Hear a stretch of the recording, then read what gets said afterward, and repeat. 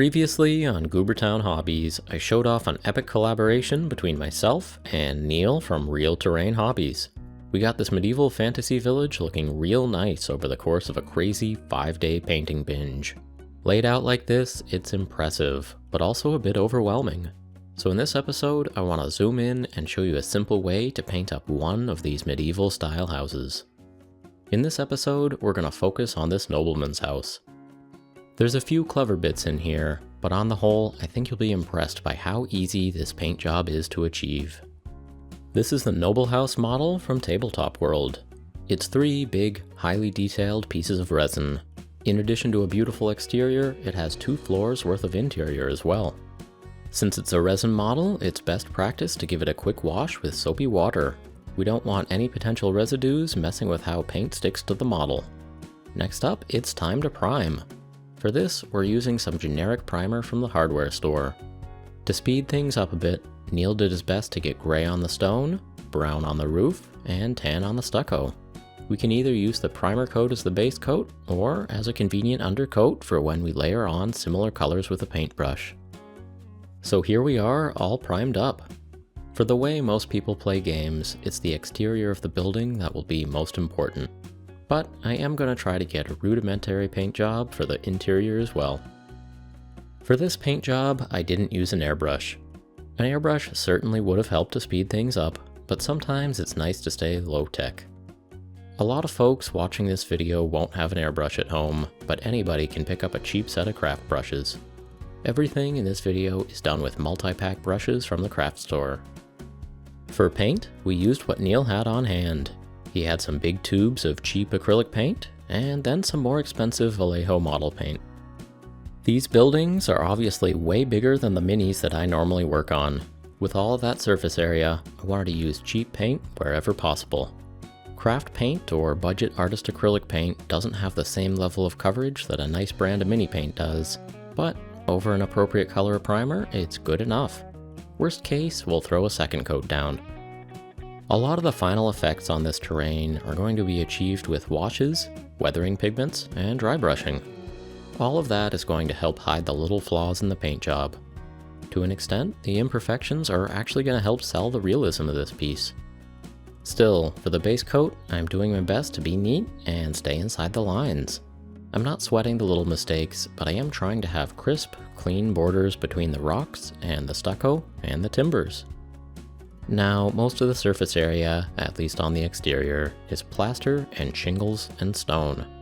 One of the most time-consuming bits, though, is the timbers.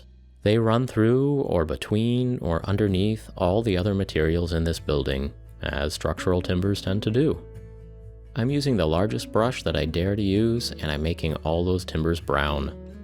It's a lengthy process, but I got into a nice, zen-like state, and I went with it. I found painting terrain to be very relaxing. There's no eyeballs to paint, just big old timbers. It's really easy to get into the zone and do some mindless, restful painting. Then, when you snap out of it, you suddenly have a piece that's starting to look like a pretty cool medieval building. That's not to say that these buildings don't have some great detail and fine texture. They certainly do. But you can absolutely get them to look awesome on the table without using any tiny brushes. There's nothing to stress about here. We're just doing our best to find most of the places where timber is showing through under the shingles, and where rockwork is showing through under the plaster. Really getting into the zone and blocking out colors is the sort of relaxing painting that I love to do. But the real magic of this paint plan is going to come from the more chaotic techniques of weathering pigments, washes, and dry brushing. Again, these buildings have a ton of surface area. Making good use of these quick and dirty techniques is what made this project possible in a reasonable amount of time. I think the stonework on these buildings is what really sets them apart, both in terms of the model themselves and the paint job that we chose to use. The rocks on these models have a really nice texture, and the gaps between each rock are really deep. It really feels like they were built stone by stone. This gives us the option of using a pretty clever technique with weathering pigment.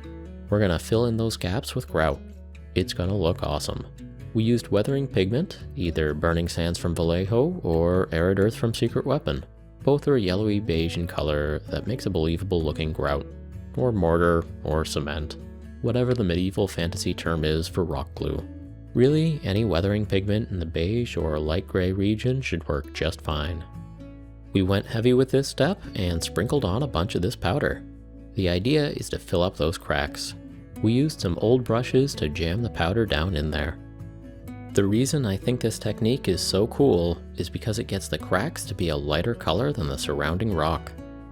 Exactly the way that mortar tends to be lighter in color than surrounding bricks. Washing and dry brushing techniques often end up with the recessed areas darker in color than the raised areas. So this is a clever way of getting a lighter color into the cracks surrounding darker colored rocks. Once we felt like we had a decent amount of pigment in the cracks, we hit it with water. This helps wash powder off of the rock surfaces and deeper into the cracks, but it also gets it to set nicely. When this all dries, it'll be caked into and onto the rock texture and it'll stay there surprisingly well. We're not even using glue, just water. There are pigment setting solutions available if you want to use those, and doing a final layer of varnish over these buildings is always a good idea. But with the rough texture of these rocks, water alone does a surprisingly good job. Neil is the caretaker of these buildings, and he tells me that the dry pigment has been holding in place for months now, with none of it falling off or rubbing off. That's pretty cool. The grout is mostly in the cracks, but it's also on the surface of some of those rocks. This messy, chaotic look adds to the realism. The tiny builders or stonemasons who made this house had mortar oozing out between some of the rocks, and that's absolutely to be expected. You can make this more or less messy depending on how much time you spend with a wet brush cleaning the outer surfaces of the stones. This might look a bit concerning now when everything is wet, but it's going to look cool when it dries, I promise. The next step on the rock work is the washing step. Neil and I were using GW Nuln Oil. With this much surface area, we should have maybe mixed up a cheap homebrew wash instead of using this fancy Games Workshop product. Whoops, next time. This next step is quick, messy, but it also gives an opportunity for artistic expression. We're not hitting every stone, and we're not hitting all regions evenly. The idea is to get some variation in the stones themselves, and also get some staining and weathering on the wall as a whole. Neil had a really fun method of getting streaks and water stains on the rock by letting thin wash dribble down the stone however it wanted to. Like I said, these chaotic weathering techniques are fast and effective, but there is absolutely room for a bit of artistry. In addition to using wash on the stonework, we also used it on the shingles, plaster, and timbers on these buildings. This does all the things that wash normally does, adding depth and strengthening contrast. The wash also helps clean up areas, particularly on the timbers that accidentally got hit with more weathering pigment than we really wanted them to. It's okay for the timbers to be a bit aged, but if any beams really got loaded up with pigment in their cracks, this wash fixes that right up. For some areas, we used this blackish Nuln Oil wash, and for others we used a brown wash like Agrax Earthshade. The washes really bring out all of the little textures, even in the plaster walls. Okay, here's the third step in our trifecta of quick and effective weathering techniques. We're going to dry brush on some highlights with light gray, parchment, or even a little bit of pure white. The shingles and the stonework both have a lot of sharp texture for picking up dry brushing. This texture is crisp, and it does a lot of the work for us. It's almost like it pulls paint off the brush and highlights itself. A gentle dry brush over everything can really bring some life to the building fast. It's also great to correct or lighten up areas that you feel have been hit too heavily with a dark wash. It brings them right back up to where you want them. One of the other cool looks that we got onto these buildings are the windows. The windows were base coated with an ochre color. This represents muted yellow light streaming out into the streets. Maybe it's dusk and everybody is sitting down to a nice dinner. The fireplaces and the candles are lit. This ochre is a nice realistic hue, and it has better coverage than most yellows. After the base color, the windows were given a wash with Reichland Flesh Shade from Games Workshop. This is a red-brown wash. The way it clings to the edges of the window panes gives a pretty cool look. It makes it seem like these old-timey windows are more translucent than transparent. and it makes it look like there are nice cozy fires inside the building. Using another coat of wash could make it look like a room was less brightly lit, maybe with just a lantern or a candle or something. For more realism, we could have painted some of the windows dark, but I think that having them all lit gives a nice, welcoming look to the house and to the whole village. Finally, most of the windows have metal grating. It's a bit slow going, but I went in with a small brush and I traced out each bit of metal. This is probably the most fine detail type of painting that these models got, but I think the finished look makes it worthwhile. Each of these buildings has some minor details in other colors. Bits of metal for railings or knobs or nails. I used a lot of dark steel color for these.